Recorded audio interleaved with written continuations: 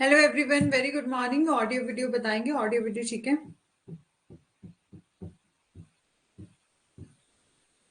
Hello everyone, very good morning. Audio video बताएंगे, audio video ठीक है।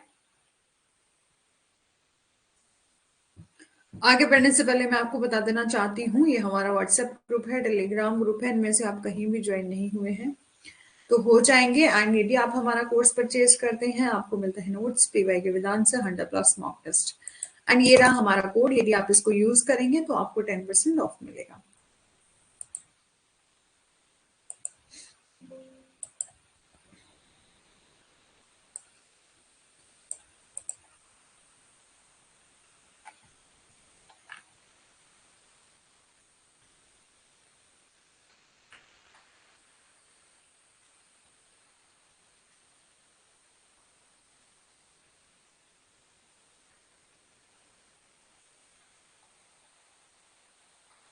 जल्दी से बता देंगे कौन कौन क्लास में आ चुका है।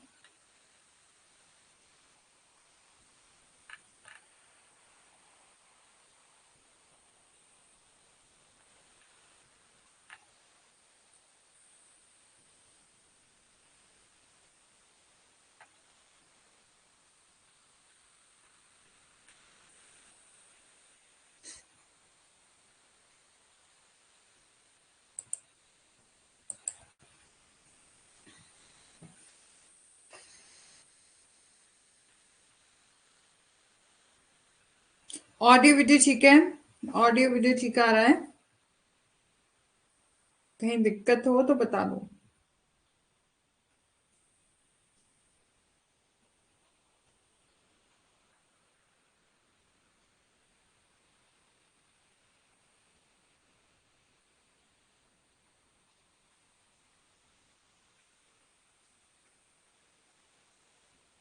चलो स्टार्ट करते हैं। ठीक है, लास्ट हमने कुछ डीपीएसपी के कुछ आर्टिकल कर लिए थे, लेकिन स्टार्ट करेंगे आज directive principle of state policy से। ठीक है, और माफी चाहेंगे कि मैंने कल कहा था सैटरडे को कि मैं इस बार संडे को क्लास ले लूंगी, क्योंकि जो आने वाला मतलब इस वीक का जो सैटरडे होगा उसमें जो है वो क्लास नहीं होगी। लेकिन बाद में थोड़ा फिलर फॉर्म की टीम से बात हुई तो उन्होंने अलाउ नहीं किया संडे को क्लास लेना, तो फिर क्लास को मैंने ऑफ कर दिया था। जो शेड्यूल करा था उसको मैंने रिमूव कर दिया था। ठीक है, चलो स्टार्ट करते हैं। अरे बता दो कौन कौन आ चुका है। जतेव जी आ गए हैं, और ललिता जी, रेखा जी, कौन आया है जल्दी से बताएंगे। डीपीएसपी डिस्कस करते हैं, directive principle of state policy, article 36 से लेकर 51 ऑफ इंडियन कॉन्स्टिट्यूशन में दिया गया है। ठीक है, गुड मॉर्निंग ललिता जी। ठीक है, part 4 of Indian constitution define करता है directive principle of state policy. Directive principle of state policy basically है क्या, कि स्टेट को डायरेक्शन दी जाती है कि आप कुछ पॉलिसीज बनाओ, कुछ गाइड, स्टेट को गाइडलाइन दी जाती है, और मतलब गाइडलाइन दी जाती है, ऑर्डर किया जाता है कि आप क्या करो, कुछ एक पॉलिसीज बनाओ। ठीक है, ताकि जो भी लोग हैं जो कि पिछड़े वर्ग में रह गए हैं, ठीक है, उनको उनका सुधार हो सके। ठीक है, और डीपीएसपी जो आपकी directive principle of state policy है वो बोरो करी गई है आयरिस कॉन्स्टिट्यूशन से। और directive principle of state policy क्या है, गाइडलाइन है किसको, स्टेट को, जो कि रिटर्न है हमारे Indian constitution. Good morning Jaidev ji. ठीक है, और इसके अलावा ये इन्फोर्सेबल नहीं है कोर्ट ऑफ लॉ में। इसके अलावा बात करें, वाइल राइट, फंडामेंटल राइट जो है वो इन्फोर्सेबल होते हैं कोर्ट ऑफ लॉ में, जैसे कि हमने डिस्कस किया कि यदि आपके किसी भी फंडामेंटल राइट की वायलेशन होती है तो आप सुप्रीम कोर्ट में जा सकते हो। कब, आर्टिकल 32 में, और हाई कोर्ट में जा सकते हैं 226 में। उसी तरह से directive principle of state policy not enforceable in court of law है।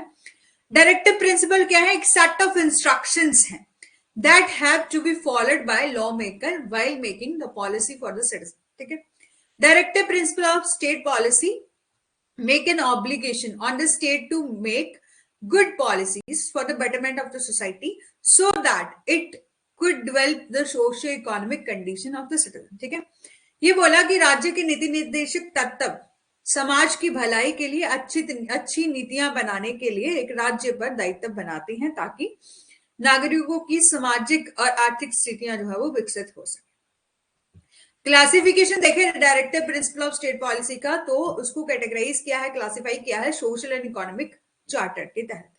सबसे पहले डिस्कस करेंगे a social order based on justice, ठीक है, कि न्याय पर आधारित सामाजिक व्यवस्था। Article 38 clause 1 of Indian constitution talks about social order based on justice, कि हमारा संविधान जो है वो आर्टिकल 38 क्लॉज 1 के तहत न्याय पर आधारित सामाजिक व्यवस्था के बारे में बात करता है।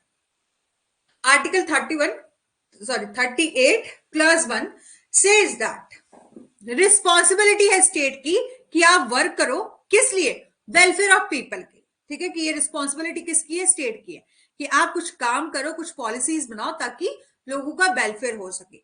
सोशल ऑर्डर इंक्लूड करता है law and order, it also include public order and the security of the state, ठीक है, इसमें जिसमें सार्वजनिक व्यवस्था और राज्य की सुरक्षा भी क्या है, शामिल है।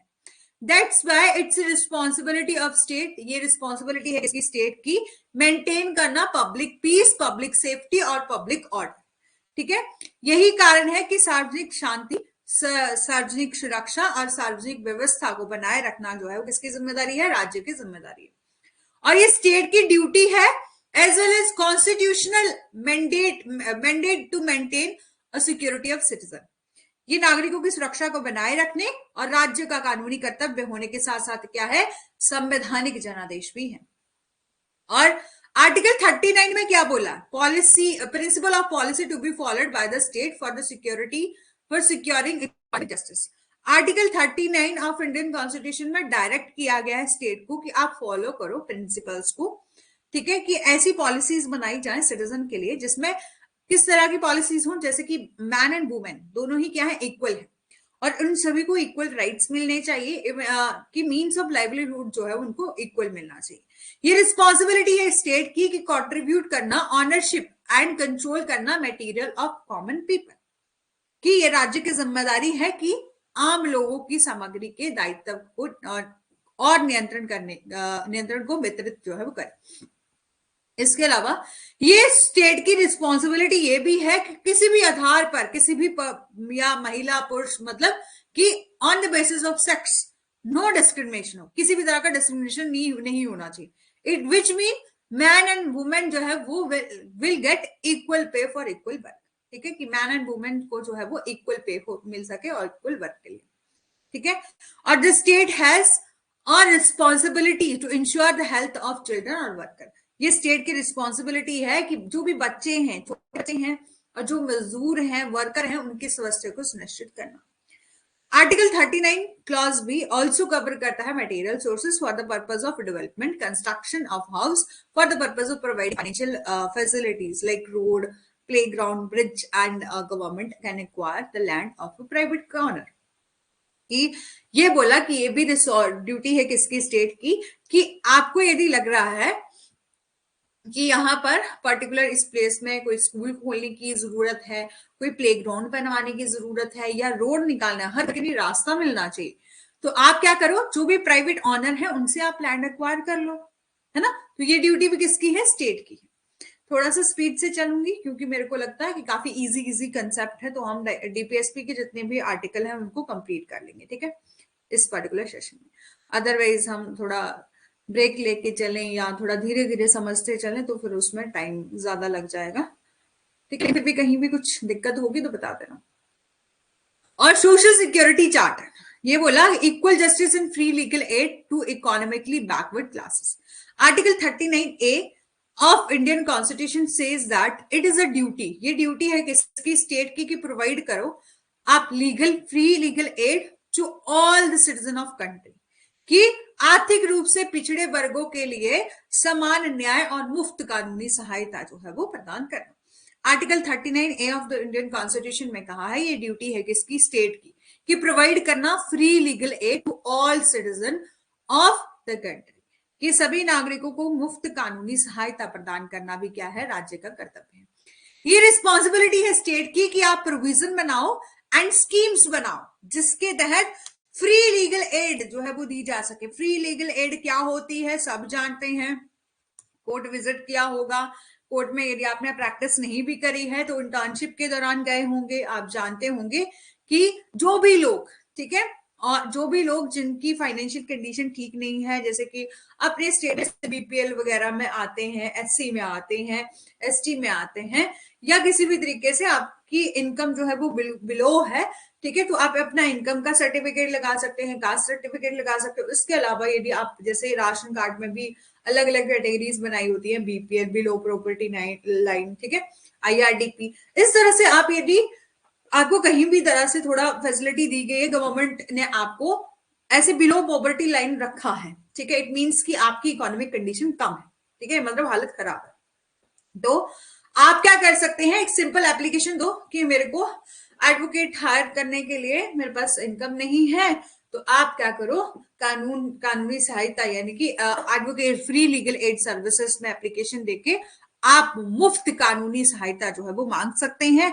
आप ये लिख सकते हैं अपनी अपनी एप्लीकेशन में कि मेरे पास इतना मतलब इतनी इकोनॉमिक कंडीशन मेरी ठीक नहीं है कि मैं अपना एडवोकेट हायर कर सकूं, तो गवर्नमेंट के द्वारा यानी कि जो आपकी एप्लीकेशन दी जाती है उसके तहत जितने भी फ्री लीगल एड काउंसिल होते हैं, जो कि जिनको पैनल मिला होता है, ठीक है, 3 साल के लिए पैनल मिलता है, या 1 ईयर के लिए मिलता है, 3 साल के लिए, जितना भी हो, ठीक है, इस तरह से फ्री लीगल एड सर्विसेज जो है वो फ्री लीगल एड जो है वो दी जाती है उन लोगों को जिनकी इकोनॉमिकली वो बैकवर्ड क्लासेस में आते हैं, ठीक है, और वो बेनिफिट ले सकते हैं।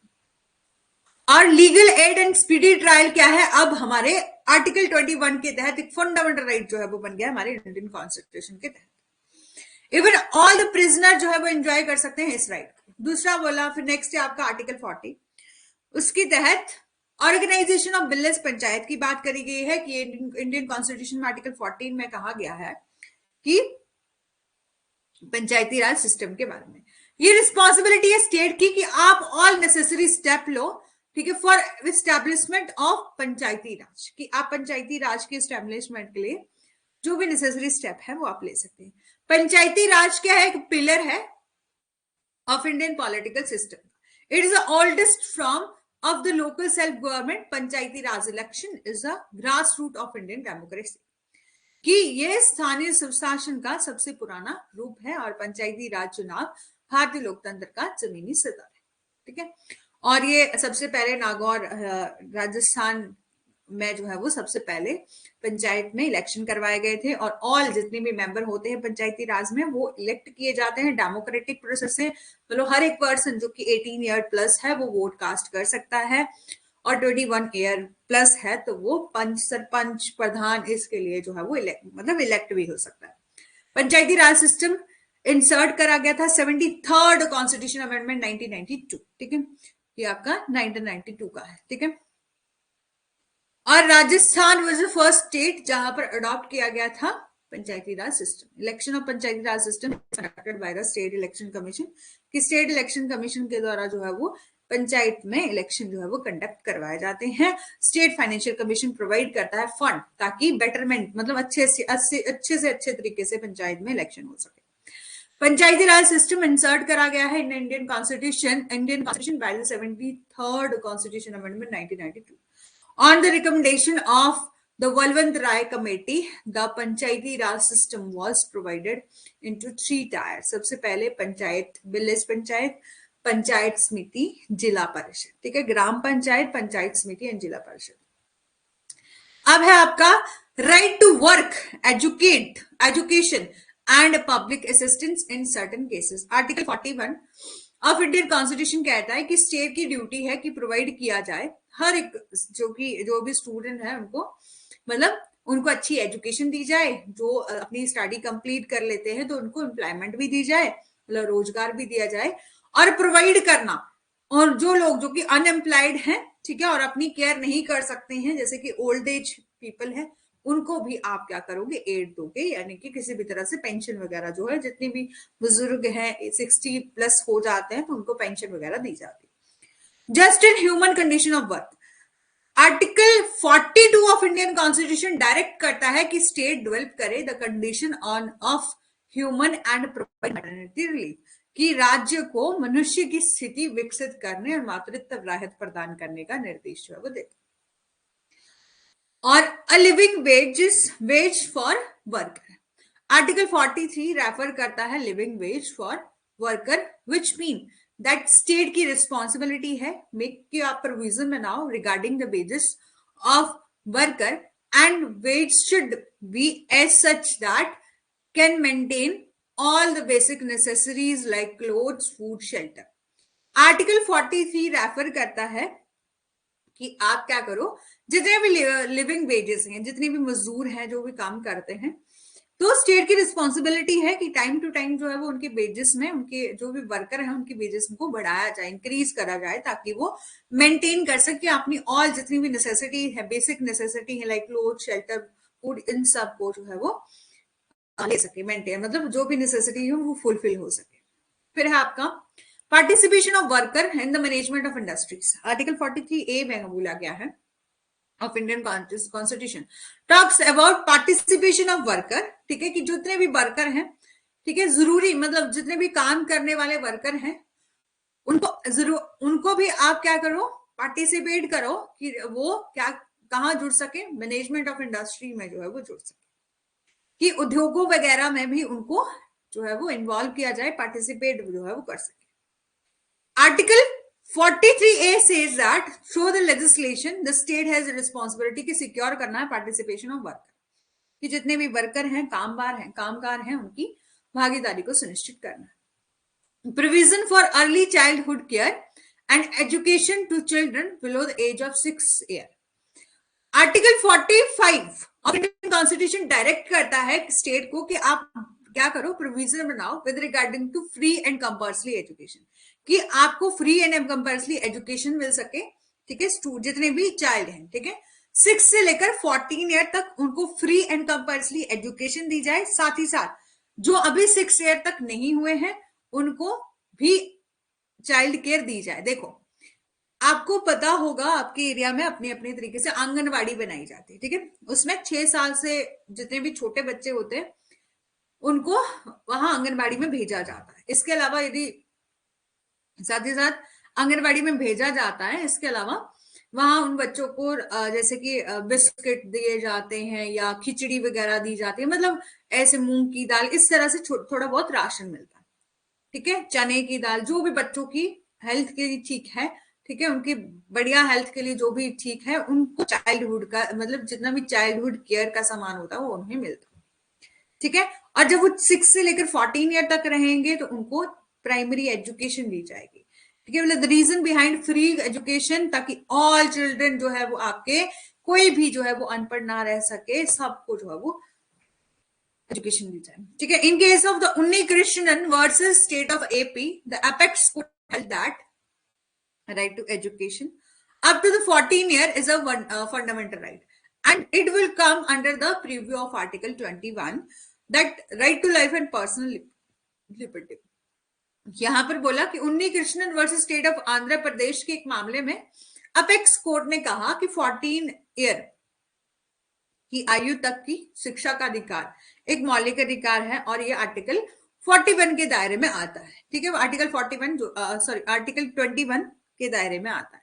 आर्टिकल 21 जो कि right to life and personal liberty की बात करता है। 86 कॉन्स्टिट्यूशन अमेंडमेंट हुई, ठीक है, जिसमें a new आर्टिकल को इंसर्ट करा गया 45 which says that स्टेट की रिस्पॉन्सिबिलिटी है कि वो प्रोवाइड करे क्या, childhood care and free education to all children till the age of 6 year, ठीक है। और इसके अलावा आपका आर्टिकल 46 है जो कि कहता है promotion of education and economic interest of weaker section. Article 46 of Indian constitution grants to power to state to do promotion of education and economic interest of scheduled caste, scheduled tribe and other weaker section of the society। यहां पर बोला कि जो भारतीय संविधान है, हमारा Indian constitution है, उसके अनुच्छेद 46 के तहत राज्य को अनुसूचित जनजातियों और समाज के अन्य कमजोर वर्गों के शैक्षणिक और आर्थिक हितों को बढ़ावा देने की शक्ति जो है वो प्रदान करता है। राज्य की भी जिम्मेदारी है कि उन्हें राज्य समाज के सभी प्रकार के शोषण और अन्याय से जो है वो बचाए, कि ये स्टेट की रिस्पॉन्सिबिलिटी है कि आप समाज को जितना भी हमारा सोशल सोसाइटी है, ठीक है, उसको इनजस्टिस से यानी कि अन्याय से बचाए, एक्सप्लॉयटेशन से जो है वो बचाए। ठीक है, ये किसकी ड्यूटी है? स्टेट की। ऑल्सो रिस्पॉन्सिबिलिटी है कि प्रोटेक्ट करना from all the form of exploitation and industries from society. फिर है duty to raise the standard of living and improvement of health, की जीवन स्तर को बढ़ाने और स्वास्थ्य में सुधार करने का कर्तव्य। Article 47 of Indian Constitution make an obligation on state to improve the level of nutrition and maintain the standard of living. Article 47 में ये कहा गया कि पोषण के स्तर में सुधार करने और जीवन के स्तर को बनाए रखने के लिए राज्य पर एक दायित्व बनाता है कि ये सार्वजनिक स्वास्थ्य की स्थिति में जो है वो सुधार करने के लिए राज्य पर एक दायित्व जो है वो बनाता है। आर्टिकल 47 के तहत कहा गया ये ड्यूटी है स्टेट की, ऑब्लिगेशन है स्टेट की कि इम्प्रूव करना लेवल ऑफ न्यूट्रिशन और मेंटेन करना standard of living. It is also make obligation on state to improve the condition of public health, की सार्वजनिक स्वास्थ्य की स्थिति में सुधार करने के लिए राज्य पर एक दायित्व जो है वो बनाता है। The state has to power to prohibit all intoxicating drinks, की ये राज्य की ड्यूटी है कि राज्य के पास चिकित्सा उद्देश्यों को छोड़कर सभी नशीले पेय और दवाओं का प्रतिबंध करने की भी शक्ति है जो कि स्वास्थ्य के लिए हानिकारक है। जैसे अपने स्टेट का एक्साइज एक्ट, ठीक है, जो कि सिर्फ स्टेट में ही जो है वो स्टेट में ही जो है वो लागू होता है और स्टेट को ही जो है वो मतलब स्टेट में अपने स्टेट के लिए बनाया गया ना एक्साइज एक्ट, जिसमें जितने भी आपके जो कि जैसे इंटॉक्सिकेटिंग ड्रिंक है, जैसे शराब हो गया, अल्कोहल, ठीक है, तो मतलब जो भी बियर वाइन जो भी आता है उसमें, ठीक है, उसको प्रोहिबिट किया गया है। स्टेट की ड्यूटी है कि प्रोहिबिट करना ऑल जितने भी इंटॉक्सिकेटिंग ड्रिंक्स हैं, ड्रग्स हैं, जैसे अब तो बहुत ज्यादा नशे जो है वो चल पड़े हैं, ठीक है, लेकिन पहले सिर्फ ज्यादातर लोग जो है वो क्या करते थे, अल्कोहल वगैरह कंज्यूम करते थे, ठीक है, ज्यादा नहीं था, लेकिन अब तो और भी बहुत कुछ गलत तरीके से नशे जो है वो स्टार्ट हो गए हैं, ठीक है। तो ये सब जो है मतलब पहले हमारे यहाँ इतना नहीं था, लेकिन अब जो है वो काफी तरह जैसे कॉलेज यूनिवर्सिटियां वगैरह जो है वो ओपन हो रही हैं, जिसकी वजह से स्टूडेंट कुछ बाहर से भी आते हैं, तो फिर ठीक है, एक दो कहते हैं ना कि एक मछली पूरे तालाब को गंदा कर देती है, तो बहुत ज्यादा जो है वो हालत खराब है यहाँ पर भी। मतलब आप नियर बाय देखेंगे तो इस तरह के बहुत ज्यादा।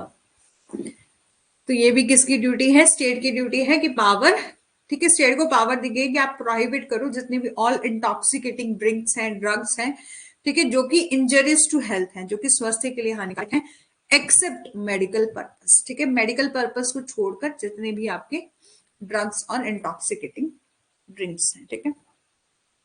हमारे यहाँ एक कॉलेज है, फार्मेसी कॉलेज, तो लास्ट मंथ, ठीक है, कुछ टाइम पहले भी एक डेथ हुई थी, लेकिन लास्ट टाइम जो है मतलब लास्ट मंथ क्या हुआ कि एक लड़का था, वो अपने हॉस्टल में सोया हुआ था, नियर मतलब कॉलेज के साथ ही एक हॉस्टल है, और वो सोया हुआ था, तो उसने शायद चिट्टा वगैरह लिया होगा, तो ओवरडोज हो गई थी।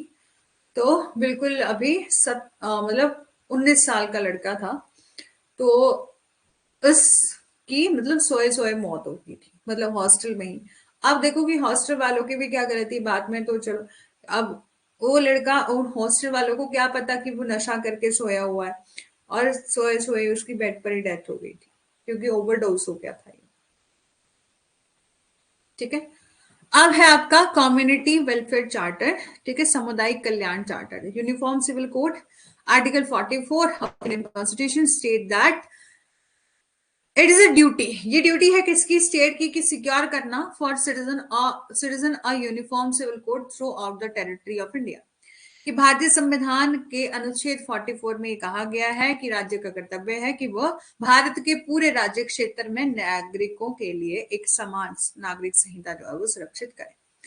बेसिकली आपका यूनिफॉर्म सिविल कोड का क्या मतलब है कि जैसे हमारा हिंदू लॉ अलग है, मुस्लिम लॉ अलग है, तो यदि आप यूनिफॉर्म सिविल कोड बनाओगे तो ये सभी जितने भी आपके रिलीजन है उन पर सेम सिविल कोड जो है वो लागू होगा, ठीक है, कि uniform civil code mean a set of law, एक सेट ऑफ लॉ आप बनाओगे through which all personal law, they are different religion, the different religion will come under the one platform and govern by the single law, कि चाहे मुस्लिम है, चाहे हिंदू है, चाहे Christian है, उन सभी पर एक ही तरह का सेम लॉ जो है वो अप्लाई। बट हमारे करंट इंडिया में religion has a separate person, कि अपना अपना ईच रिलीजन, हिंदू लॉ अलग है, मुस्लिम लॉ अलग है, and they follow the personal law. And Goa एक ऐसा ओनली स्टेट है जहां पर यूनिफॉर्म सिविल कोड जो है वो, ठीक है, गोवा एकमात्र ऐसा राज्य है जहां समान नागरिक संहिता जो है वो है। ठीक है, सबसे पहले आपका शाह बानो का केस आया था, ठीक है, सबने पढ़ा होगा कि शाह बानो एक मुस्लिम लेडी थी, उसने अपने हस्बैंड के खिलाफ मेंटेनेंस का जो है वो दावा किया था, ठीक है, उस टाइम। और जब वो ये दावा किया गया था तो पहले तो उनको डिनाई कर दिया, ठीक है, कि शाह बानो को कि आपको मेंटेनेंस नहीं मिलेगा। फिर शाह बानो ने केस किया अंडर सेक्शन 125 ऑफ सीआरपीसी। आपको पता है कि सीआरपीसी के प्रोविजन तो सबके लिए, चाहे आप भी रिलीजन के हैं, जिस भी पर्टिकुलर रिलीजन के हैं, सबको सेम है ना, यूनिफॉर्मली एप्लीकेबल है ये सब प्रोविजन।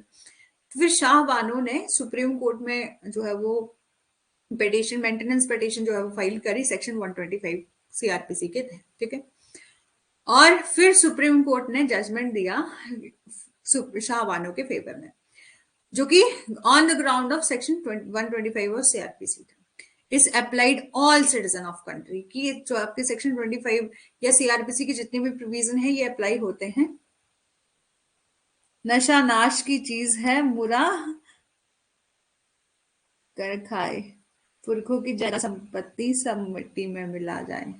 सच में कुछ लोग ऐसे होंगे, आपने देखा होगा कि जेडी पेरेंट्स ने बहुत अच्छे से, बहुत मतलब मेहनत से कमा के जो है वो उनको घर बनाया, सब बनाया, तो नशा जो ऐसी चीज है जो सब संपत्ति को ले जा डूबता है ना। आपने देखा होगा, तो देखो कि अब मैं कॉलेज में पढ़ने वाले बच्चे की बात कर रही हूँ, तो फार्मेसी कॉलेज की यहाँ पर कितनी फीस है, तो लगभग 80,000 जो है वो 80,000 प्लस जो है अदर आपके जितनी भी फैसिलिटीज के खर्चे होते हैं, जैसे कि हॉस्टल में सिर्फ फीस कितनी जाती है, एक सेमेस्टर में 40,000 जाती है, दूसरे में भी जो है वो 35 प्लस जो है वो जाती है, मतलब इस तरह से अप्रोक्सीमेट 80,000 तक जो है तो उनकी फीस ही जाती है। बाकी हर 6 मंथ के बाद जो फॉर्म भरे जाएंगे, अदर कॉलेज का अदर कोई फंक्शन वगैरह चल रहा है, हॉस्टल की फीस अलग है, रहने का अलग है, तो इतना पेरेंट्स जो है वो इन्वेस्ट कर रहे हैं आप पर,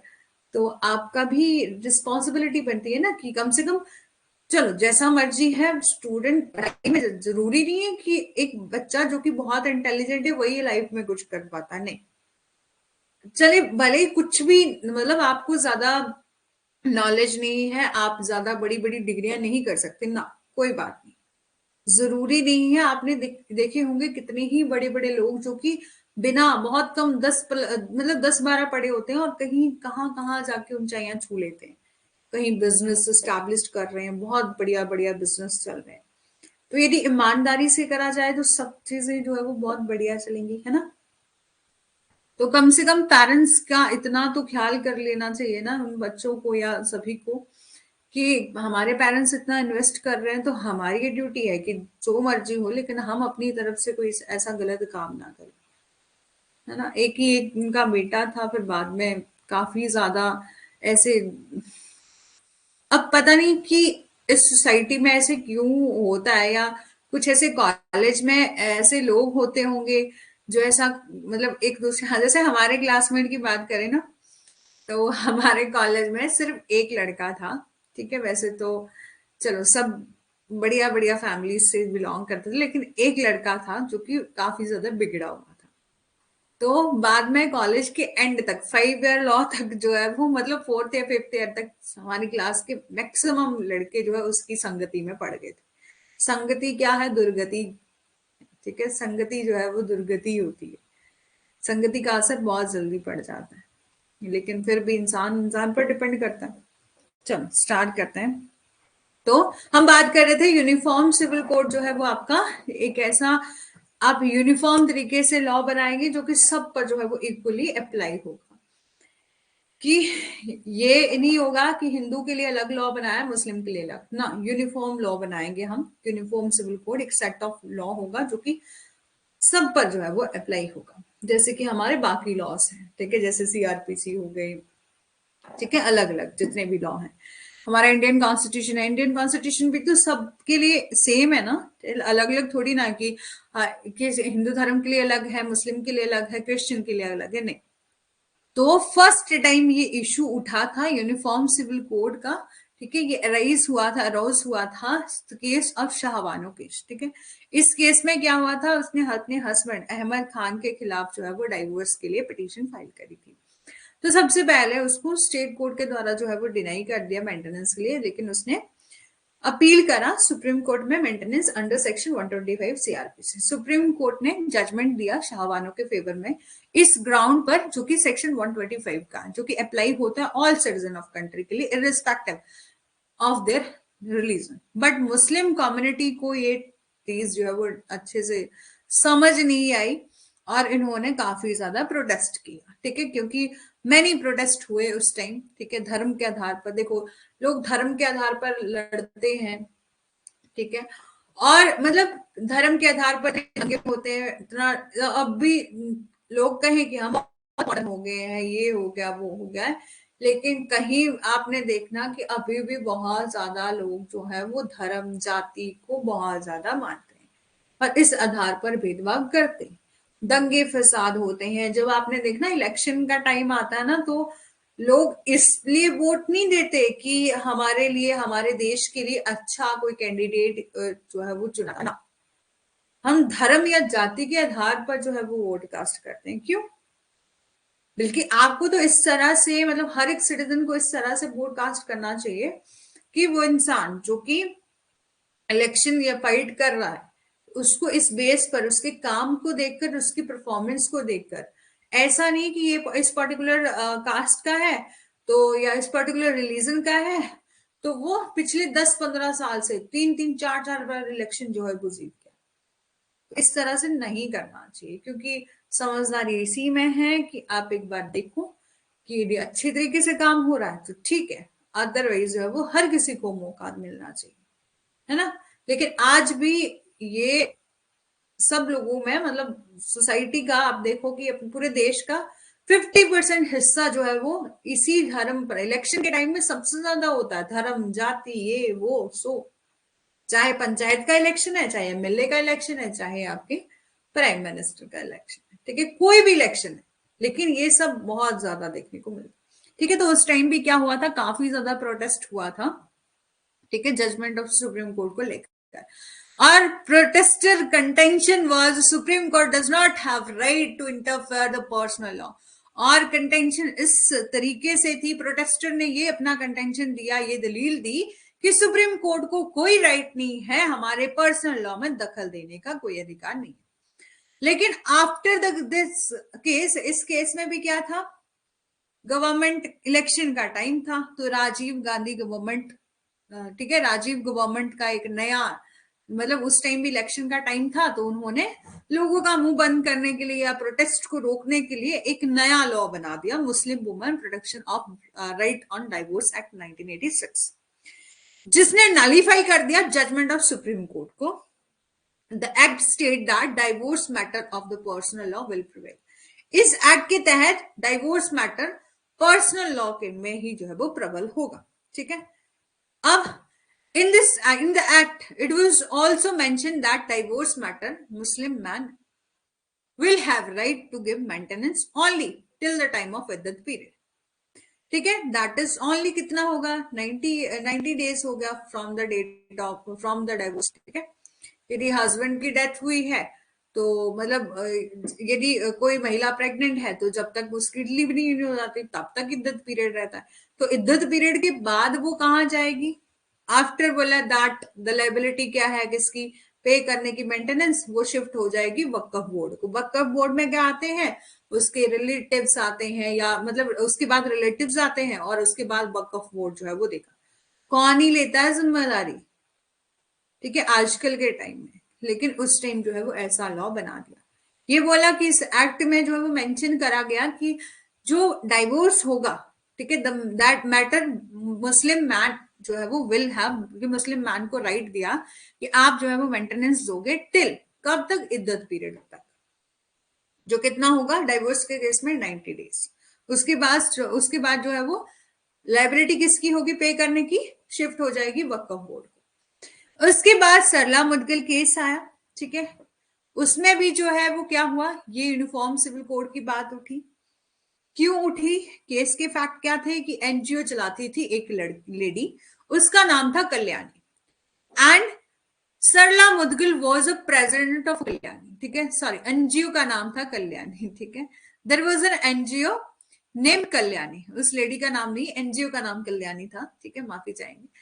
and Sarla Mudgil was president of Kalyani, और सरला मुदगिल जो थी वो कौन थी, कल्याणी एनजीओ की अध्यक्ष थी, जिन्होंने मीना माथुर के लिए लड़ाई लड़ी थी, ठीक है, जिन्होंने फाइट किया था मीना माथुर के लिए। Under the Hindu personal law Meena Mathur was married to Jitendra Mathur, ठीक है, कि मीना माथुर ने जितेंद्र माथुर से शादी करी थी।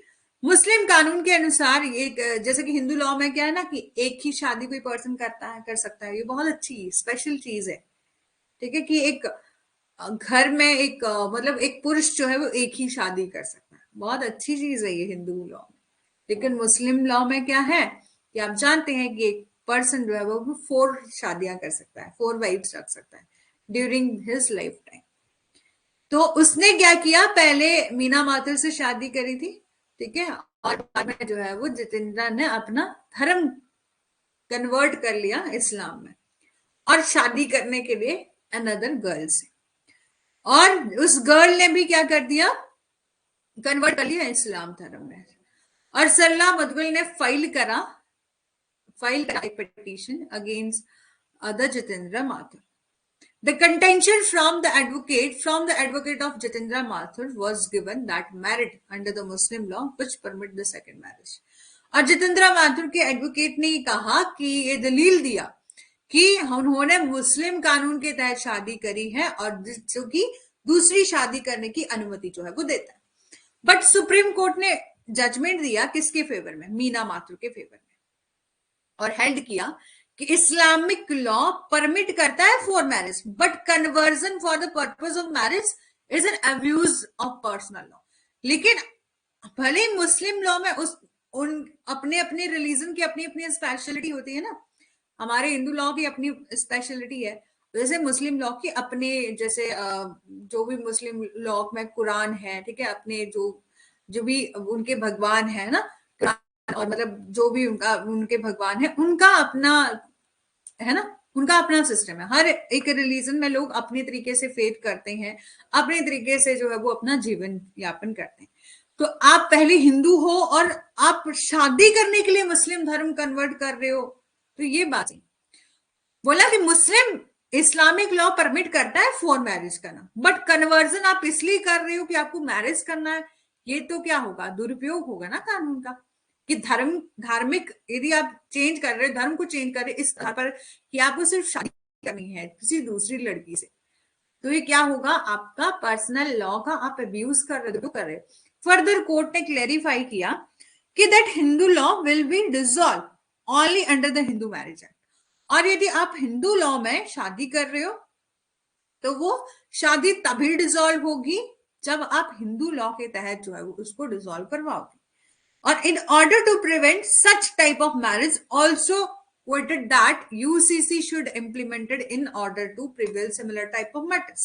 इसलिए बोला इस केस में, इस मैटर में जो है वो इस तरह के विवाह को रोकने के लिए जो है अदालत में ये बात उठी थी कि यूसीसी जो है वो लागू होना चाहिए, ताकि लोग इस तरह की एक्टिविटीज ना करें कि धर्म को चेंज कर रहे हो आप इस पर्पस के लिए क्योंकि आपको कोई और शादी करनी है, दूसरी शादी करनी है, मतलब ठीक है।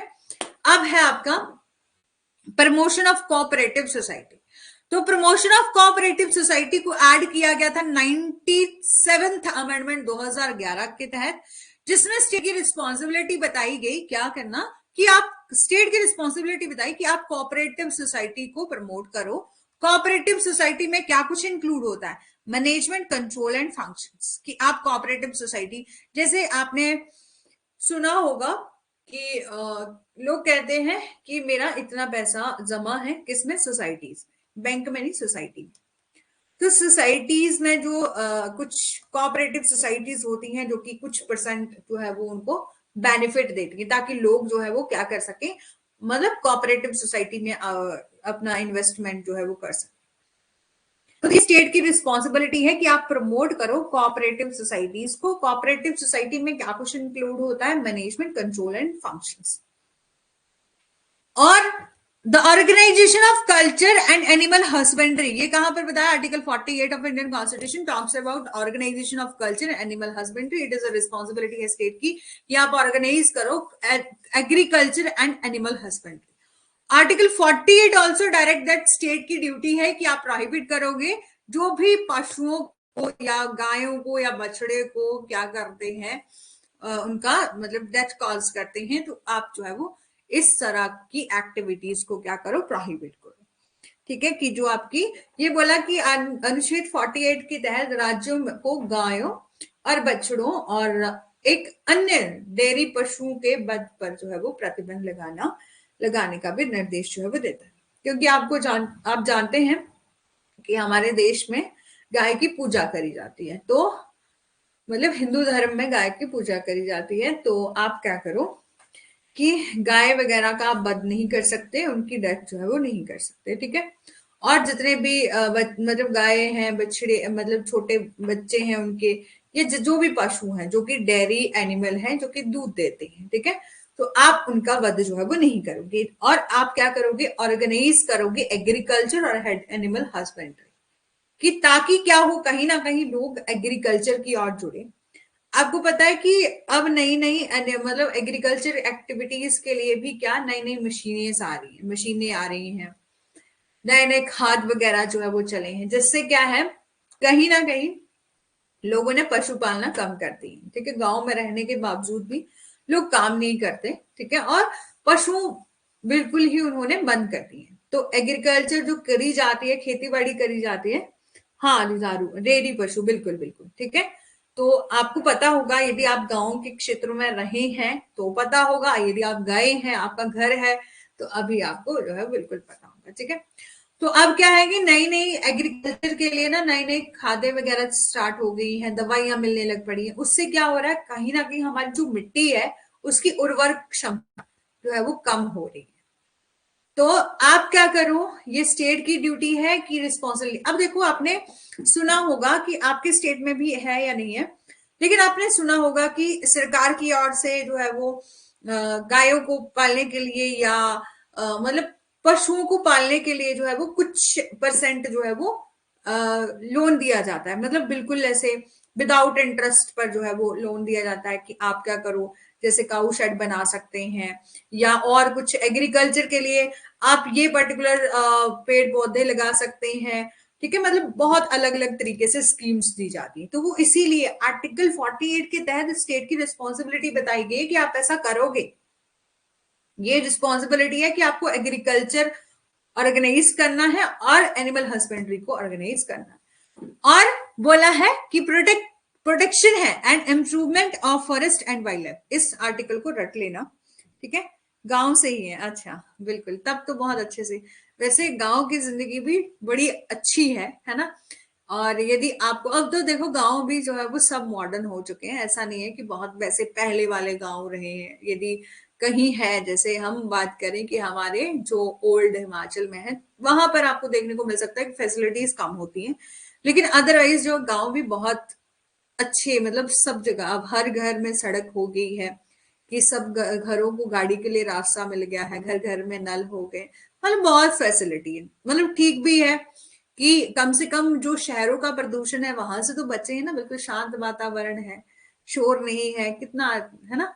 चलो, तो प्रोटेक्शन एंड ये आर्टिकल याद रख लेना, ये मैं बोल रही थी आपको कि आर्टिकल 48A, ठीक है, जो कि प्रोविजन है किससे रिलेटेड? एनवायरमेंट से रिलेटेड। ठीक है, जो कि एनवायरमेंट से रिलेटेड ये आर्टिकल है। Article 48A of Indian constitution says that ये रिस्पॉन्सिबिलिटी स्टेट की कि ऑल नेसेसरी स्टेप लें ताकि प्रोटेक्ट किया जा सके एनवायरमेंट को, फॉरेस्ट को और वाइल्ड लाइफ एनिमल को। एमसी मेहता केस में सुप्रीम कोर्ट ने ये हेल्ड किया था कि स्टेट की रिस्पॉन्सिबिलिटी है कि इंप्रूव करना क्या, क्वालिटी ऑफ पॉल्यूटेड वाटर। ठीक है, आर्टिकल 48 सिर्फ ए इतना याद रखना है, protection and improvement of forest and wild life की बात करता है। Article 49 protection of monuments and places and object of national importance. ठीक है, राष्ट्रीय महत्व के स्मारकों और स्थानों और वस्तुओं का संरक्षण। ठीक है, article 49 of Indian constitution grants the power to state to take care of and protect monument and historical places. State also has a responsibility to protect the ancient and historical monuments. कि बोला कि भारतीय संविधान का अनुच्छेद 49 राज्य को स्मारकों और ऐतिहासिक स्थानों की देखभाल और सुरक्षा करने की शक्ति जो है वो प्रदान करता है। प्राचीन और ऐतिहासिक स्मारकों की रक्षा करना भी राज्य की जिम्मेदारी है। कि आप क्या करोगे, जो भी नेशनल इंपॉर्टेंस के लिए जो आपके मॉन्यूमेंट है, यानी कि जितने भी स्मारक हैं और स्थान हैं, जैसे वस्तु आप संरक्षण करोगे। जैसे हमारे इंडिया में कितने अच्छे अच्छे मॉन्यूमेंट्स हैं और हिस्टोरिकल प्लेसेस हैं। आप देखना कि जैसे ताजमहल है, जो कि हमारे देश की सुंदरता को और ज्यादा बढ़ा रहे हैं और कहीं ना कहीं टूरिस्ट प्लेस बनाए हुए हैं, जिससे क्या होगा कि बाहर लोग आएंगे। ठीक है, बाहर के लोग आएंगे, घूमेंगे यहाँ, फिर हमें क्या होगी, इकोनॉमिक हालत ठीक होगी, कंडीशन ठीक होगी। जैसे आपको पता होगा कि हमारे देश में जैसे उत्तराखंड है, हिमाचल है, ठीक है, जो भी पहाड़ी क्षेत्र है, इनको सबसे ज्यादा रेवेन्यू कहाँ से मिलता है, तो टूरिस्ट से मिलता है। टूरिस्ट जितने भी लोग बाहर से आते हैं, यहाँ पर अपना आते हैं, घूमते हैं, फिरते हैं, तो जो भी टूरिस्ट प्लेस है हमारे हिमाचल में या उत्तराखंड में या जो भी अदर टूरिस्ट प्लेस है, उन जगह पर आपने देखना कि उनको कहीं ना कहीं 50% रेवेन्यू वहीं से जो है वो जनरेट होता है। ठीक है, तभी तो काफी स्टेट्स की जो इकोनॉमी बहुत ज्यादा लो चली गई थी जब कोविड आया था, क्योंकि ये सब जो टूरिस्ट, जब सब कुछ लॉकडाउन हो गया था तो लोग आ सकते थे ना जा सकते थे, तब तो कहाँ ही था कि बाहर के लोग यहाँ पर आते और कहाँ से ही उनको रेवेन्यू वगैरह मिलता है ना। चलो, और गवर्नमेंट पैसा कमाती है इससे, ऐसा नहीं है। ठीक है, क्योंकि लोग बाहर से आते हैं तो उनको, जैसे कि किस तरह से आप देखेंगे कि आप डायरेक्ट गवर्नमेंट को थोड़ी ना देते हैं।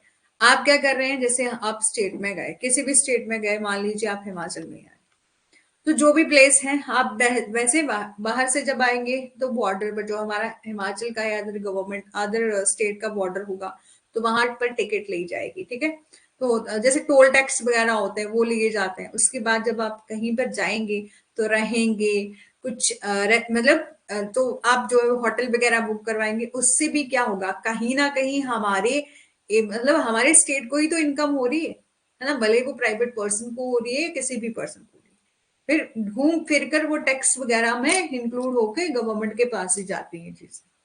ठीक है, चलो, फिर है आपका separation of judiciary from executive. Article 50 of Indian constitution की बात करता है। इंडियन कॉन्स्टिट्यूशन में बात करी गई है separation of judiciary from executive, कि हमारी जुडिशरी जो है वो सेपरेट है एग्जीक्यूटिव से। जुडिशरी क्या है, इंडिपेंडेंट बॉडी है। गार्डियन ऑफ कॉन्स्टिट्यूशन क्या है, हमारी जुडिशरी।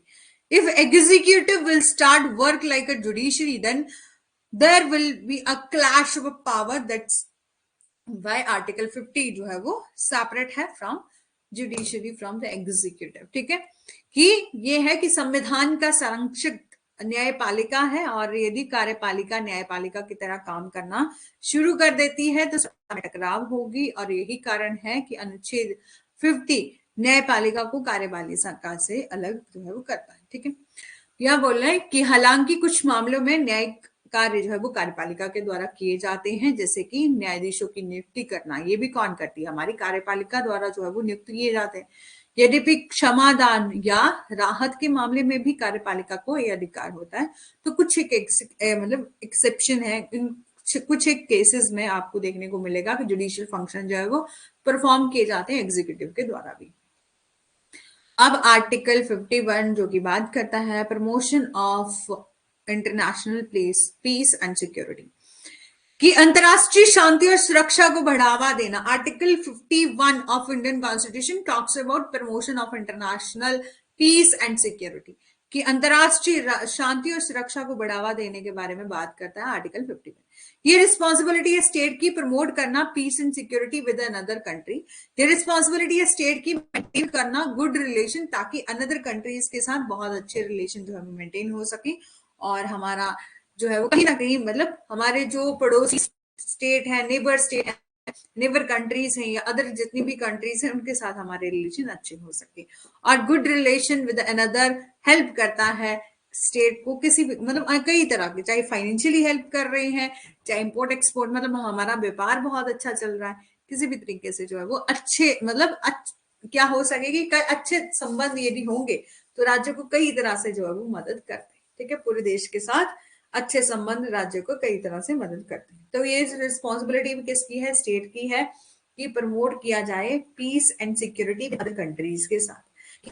आपका कभी डिस्प्यूट हो भी जाता है तो आप क्या करोगे? सबसे पहले कि आप सेटलमेंट करोगे बिल्कुल शांति तरीके से, ठीक है, विदाउट डिस्प्यूट। मतलब यदि डिस्प्यूट हो भी जाता है तो बिना हथियार उठाए हुए आप क्या करोगे? नेगोशिएशन, मीडिएशन के माध्यम से बिल्कुल शांति तरीके से सेटलमेंट करोगे। ठीक है, सेटलमेंट ऑफ डिस्प्यूट जो है वो बिल्कुल शांति तरीके से किया जाएगा। There are many international law and treaties बनाई गई हैं, साइन करी जाती हैं टू स्टेट के द्वारा, जिसमें ऑब्लिगेशन डिसाइड करी जाती है कि स्टेट की ऑब्लिगेशन है कि ओबे करना है ऑल ट्रेडीज को और इंटरनेशनल लॉ को। कि कई बार आपने देखा होगा कि अंतरराष्ट्रीय कानून और संधियां जो है वो होती हैं और बनाई जाती हैं, क्यों? ताकि जो भी दो राज्य हैं उनके बीच में जो भी हस्ताक्षर हुए हैं, इसलिए जो राज्य का दायित्व सभी संधियों तथा अंतरराष्ट्रीय कानून का सम्मान या पालन करना है। इसमें यह भी कहा गया है कि यदि दोनों राज्यों के बीच कोई विवाद उत्पन्न होता है तो ये किसकी जिम्मेदारी है? स्टेट की जिम्मेदारी है कि मध्यस्थता द्वारा जो है वो विवाद का निपटान जो है वो किया जाए, यानी कि आर्बिट्रेशन के द्वारा जो है वो विवाद का निपटान जो है वो किया जाए। ठीक है, अब है कि relation between directive principle and fundamental right. तो बोला fundamental right limit the power of government, की फंडामेंटल राइट जो है वो लिमिट्स को बताते हैं कि ये पावर है गवर्नमेंट की, कि जो फंडामेंटल राइट्स है, मौलिक अधिकार, कोई भी कानून बनाते समय सरकार को की शक्ति को सीमित करते हैं, जिसका अर्थ है कि सरकार के पास भी ऐसा कोई लॉ बनाने की पावर नहीं है जो कि फंडामेंटल राइट्स के इनकंसिस्टेंट हो, कि इवन की गवर्नमेंट भी ऐसा कोई लॉ नहीं बना सकती, जैसे हमारी पार्लियामेंट भी ऐसा कोई लॉ नहीं बना सकती। लेकिन directive principle of state policy क्या है? और मतलब खुद से गाइडलाइन है कि आप ऐसी पॉलिसीज बनाओ ताकि अचीव किए जा सके गोल्स। और if fundamental rights has violated, यदि हमारा फंडामेंटल राइट वायलेट होगा तो हम आर्टिकल 32 में जाएंगे, 226 में जाएंगे, हाई कोर्ट में जाएंगे। बट यदि हमारी directive principle of state policy violate होती है तो हम कोर्ट में नहीं जा सकते, है ना। Nowadays there are the many debates हुई है जिसमें आपको देखने को मिलता है कि आपका कोई यूज नहीं है, directive principle of state policy का कोई यूज नहीं है, क्योंकि आप क्या कर सकते हो कि डिबेट्स में कहा जाता है ना कि ऐसे एक पार्टी उसके बोलेगी, एक फेवर में बोलेगी, तो कई बार बोला है, बात उठती है कि जो आपके directive principle of state policy है इसका कोई यूज नहीं है, क्योंकि आप इसको इन्फोर्सेबल ही नहीं करवा सकते कोर्ट में, तो फिर यूज काहे का रहा। लेकिन बट करंट सिनेरियो में आप देखें कि स्टेट को जो गाइडलाइन दी जाती हैं वो इसलिए इनका बहुत इंपॉर्टेंट रोल है, तभी तो गवर्नमेंट अच्छी से अच्छी पॉलिसीज बनाती है, भले ही कि उसका इम्प्लीमेंटेशन किस तरीके से हो रहा है, लेकिन पॉलिसी तो बहुत अच्छी बनाई जाती है। ताकि जैसे कि हम अभी बात कर रहे थे कि गवर्नमेंट फैसिलिटीज देती है कि आप क्या करोगे, ग्रीन हाउस लगाओगे, ग्रीन हाउस के लिए जो है वो आपको जैसे अपनी सब्जियां वगैरह जो है वो लगाई जाएंगी, तो उसमें भी गवर्नमेंट जो है वो कुछ परसेंट उनको मतलब फाइनेंशियली एड करती है। क्यों करती है? ताकि हमारे देश में मतलब जो भी आपके एग्रीकल्चर है, एनिमल हस्बेंड्री जो है वो और ज्यादा जो है वो ऑर्गेनाइज हो सके, मतलब ओरिजिनेट हो सके।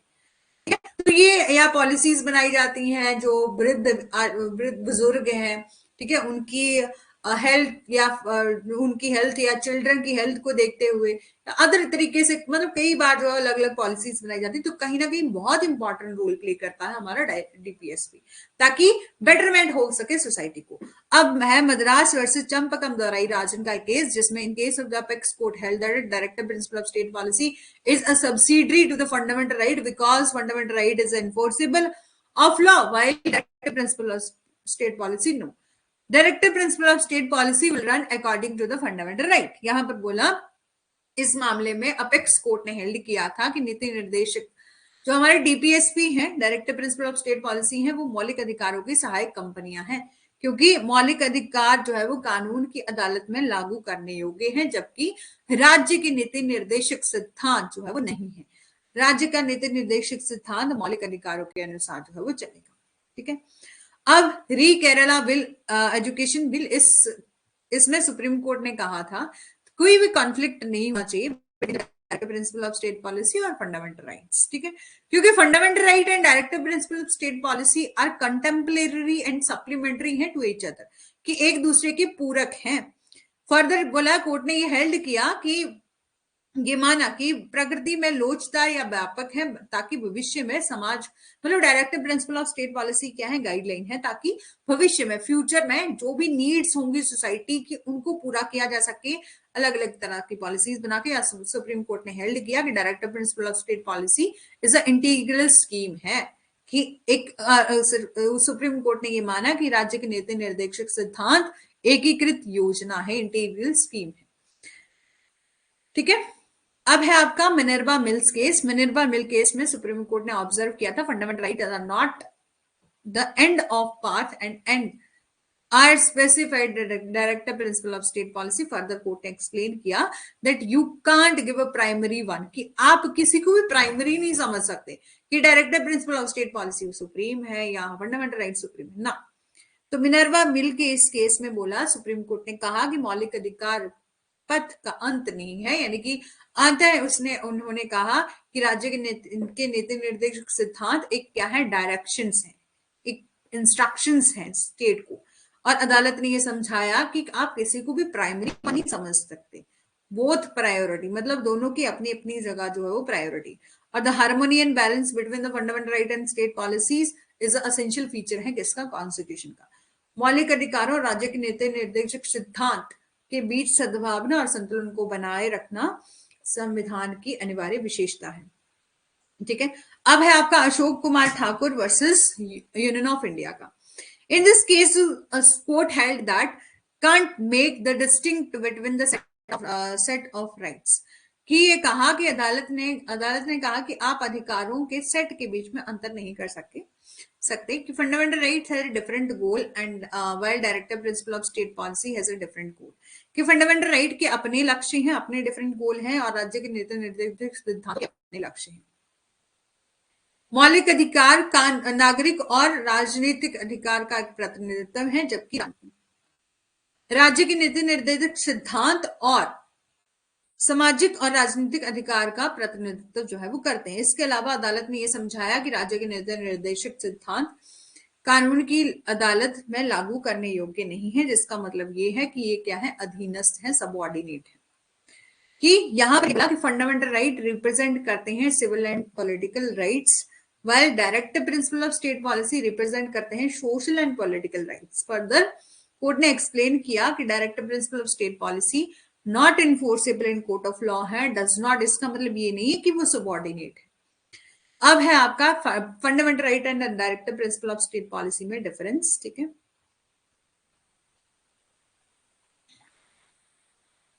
ठीक है, इस स्लाइड को कर लेते हैं, बाकी कल करते हैं। ठीक है, आर्टिकल 12 से लेकर 35 ऑफ इंडियन कॉन्स्टिट्यूशन डील करता है फंडामेंटल राइट से। ठीक है, जो कि पार्ट 3 ऑफ इंडियन कॉन्स्टिट्यूशन में बताया गया। Directive principle of state policy article 36 से लेकर 51 ऑफ इंडियन कॉन्स्टिट्यूशन में जो है वो डील बताया गया है directive principle of state policy, जो कि पार्ट 4 ऑफ इंडियन कॉन्स्टिट्यूशन में है। ठीक है, बोला है they are negative in nature because they are prohibit the state from doing a certain act, certain things, कि ये क्या है, नेगेटिव, यानी कि कहीं ना कहीं नकारात्मक इन नेचर है। क्यों? क्योंकि कहीं ना कहीं स्टेट को प्रोहिबिट किया जाता है कि आप डिस्क्रिमिनेट नहीं करोगे, आप इस आधार पर यानी कि एडमिशन दी जाएगी जब स्टूडेंट्स को, आप इस आधार पर ऐसा नहीं करोगे, तो ये कहीं ना कहीं नेगेटिव इन नेचर है। और दूसरा directive principle of state policy है, जिसमें पॉजिटिव, जो कि पॉजिटिव नेचर है। क्यों? क्योंकि स्टेट को गाइडलाइन दी जाती है, आप ये करोगे, do certain things. Fundamental right are enforceable in court of law, और directive principle of state policy are not enforceable in court of law. Fundamental right promote करते हैं वेलफेयर ऑफ इंडिविजुअल को, directive principle of state policy promote करते हैं communities को।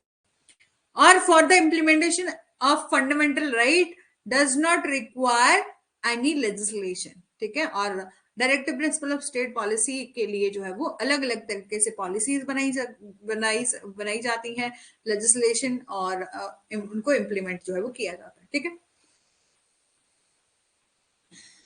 ठीक है, और अमेंडमेंट कब हो चुकी है, तो यहाँ पर बोला कि यूनियन गवर्नमेंट थिंक्स, यदि लगे यूनियन गवर्नमेंट को कि अमेंड करना चाहिए तो अमेंड हो सकता है, टाइम टू टाइम अमेंड किया जाता है। जैसे कि यहाँ पर बोला 42nd अमेंडमेंट हुई थी, तो आर्टिकल 39 को जो है वो ऐड किया गया था, जो कि ये बोलता है कि ये इसमें पार्लियामेंट ने क्या किया था, स्टेट को,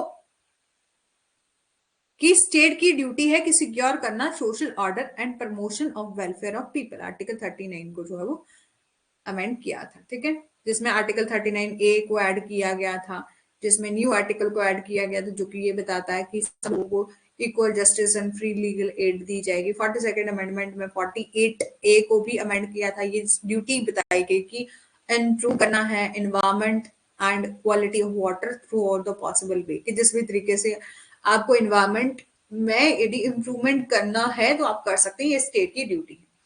और 44th अमेंडमेंट भी है, जो कि हम कल करेंगे, ठीक है। अमेंडमेंट्स को कल कर लेते हैं, क्योंकि एक ही नहीं है ना, और भी ज्यादा है, ठीक है। इसके अलावा फंडामेंटल ड्यूटीज, ठीक है। और आपका